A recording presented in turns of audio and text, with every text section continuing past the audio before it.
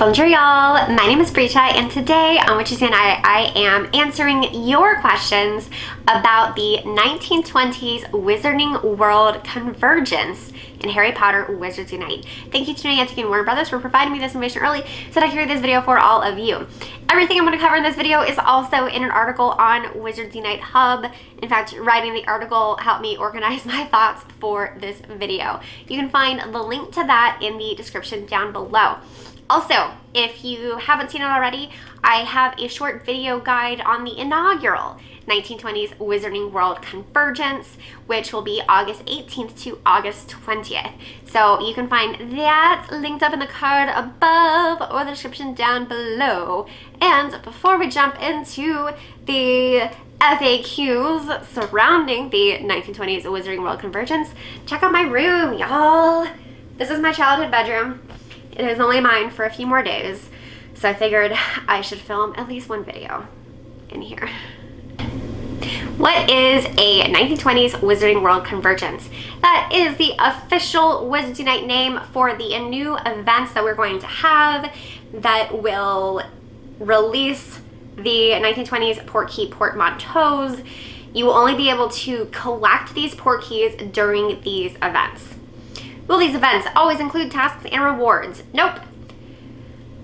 Will there be new SOS training or profession lesson plans for the 1920s Wizarding World Convergence? No. How are 1920s Portkey portmanteaus different than other Portkey portmanteaus? So when you're opening a regular Portkey, you step inside. Oh, cool environment. And you click on your experts, and then you get the reward screen of a summary of all of your rewards. And that's it. Well, there are two elements that make the 1920s Portkey portmanteaus a little different. The first is your environment is a hint at the 1920s Wizarding World encounter that you will get. So you'll get one of three environments. It's the Newt's suitcase / menagerie, the Circus Arcanus, or the MACUSA lobby. And then, depending on which one of those you get, you then know sort of what encounter you're going to get. After you see the reward screen, then you will be taken straight into a 1920s Wizarding World encounter, which will be the animation with the foundable, confoundable. You'll have to overcome the confoundable magic in order to, return the foundable. Also, when the event ends, any Portkey without a key in it will disappear. So if you want to keep your 1920s Portkey portmanteaus, be sure to stick a key in it before the end of the Wizarding World Convergence. What is the distance for these new Portkeys? 1 kilometer. Will they be color-coded? Sort of. They will all appear teal on the map, so you can differentiate them from the regular gray Portkeys that we have most of the time. However, you will not know the difference between the 3 different registry pages. So, will events feature just a single 1920s Wizarding World registry page? Nope, you can potentially get foundables from all 3 pages. What are the new locations? I already mentioned these: Newt Suitcase, Circus Arcanus, and the MACUSA lobby. And these correspond with Newt's Menagerie, Circus Arcanus, and the Paris Street registry pages. What is a 1920s Wizarding World encounter? So I already mentioned, after you get the reward screen from opening your Portkey and tapping on the experts, you'll be taken into an encounter. And this is the standard animation that you see with a foundable and confoundable. Depending on the Portkey portmanteau location, you'll see one of 4 possible foundables. So if you had Newt's Suitcase, you might get the Hinky Punk, Lucrata, Newt's Augury, or the Paris Newt's Commander. If you visited the Circus Arcanus, then you might get the Zulu, the Kappa, Credence, or Nagini. Finally, if you visited MACUSA lobby, then you might get Jacob Kowalski, Queen of Goldstein, Moving Statue, or Newt's Case. Note, there's only 4 per page, and there are actually 5 per page to collect. So stay tuned. Can a 1920s Wizarding World Foundable Fleet? Yes, it can. So use potions. You can use a single potions or dottle drafts or both. What happens if I back add the 1920s Wizarding World encounter? You miss your chance. There's not a way to get back into the encounter. It is not a trace on the map, which also means you cannot use a trace charm on the encounter. There's not a trace on the map. It's just an encounter. How many keys do I need to prestige the pages? So if you want to place every single image on a gold frame, you need to unlock at least 771 port keys. That doesn't mean you need that many silver keys because you do have your gold key, but you need to walk off at least 771 port keys. That, of course, depends on your luck in the game. That is assuming that you get all of the perfect registry images you need at the exact precise time, which will be even more difficult because the 5th registry image on each page is a random drop. It is not an encounter. So these are Bunty, Maledictus poster, and a Lestrange family tree book. When you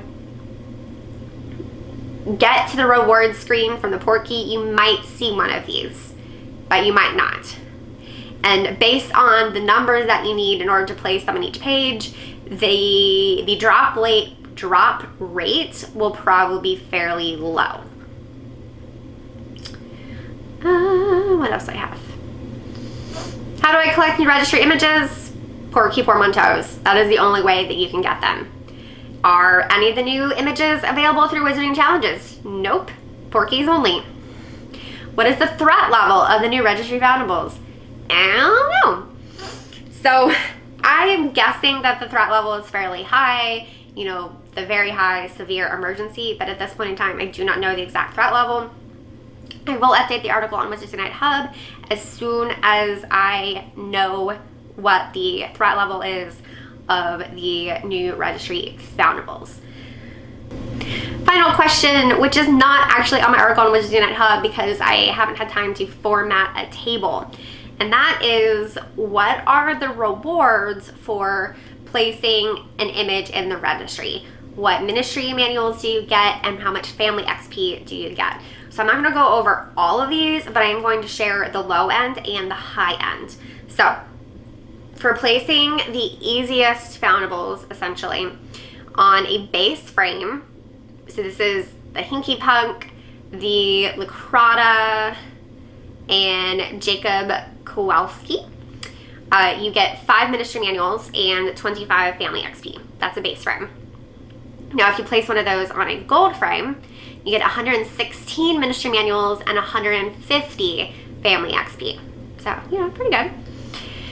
Now, if you place the most difficult on a base frame, so that would be Paris, Newt's Commander, or Credence, or Nagini, or Moving Statue, or Newt's Case.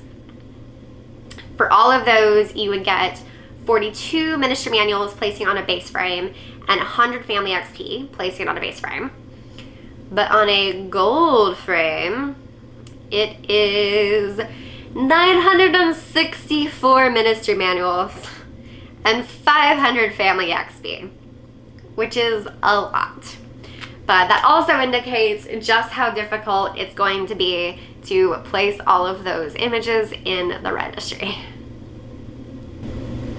Childhood bedroom lighting is not amazing. I obviously don't have any of my external lights with me or anything, but I did just want to show you guys the room where I grew up, the sponge painting that my mom did.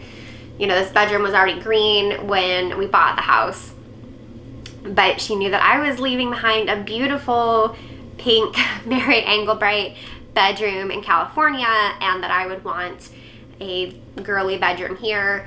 The border was left over from my wallpaper in California, so she did the sponge painting along the bottom of the wall and then added the border, and this has been my room since I was 7. And now I'm 34 and I have to say goodbye to it. Whew. So I'm glad that I could share it with all of you briefly, even though like my bed is gone and my bedside table is gone and all of that. Also that there are like weird shadows and stuff because like the sunlight is coming from that window and I have these windows open, but yeah, whatever. Thank you to Niantic and Warner Brothers for providing this information early so I created this video for all of you.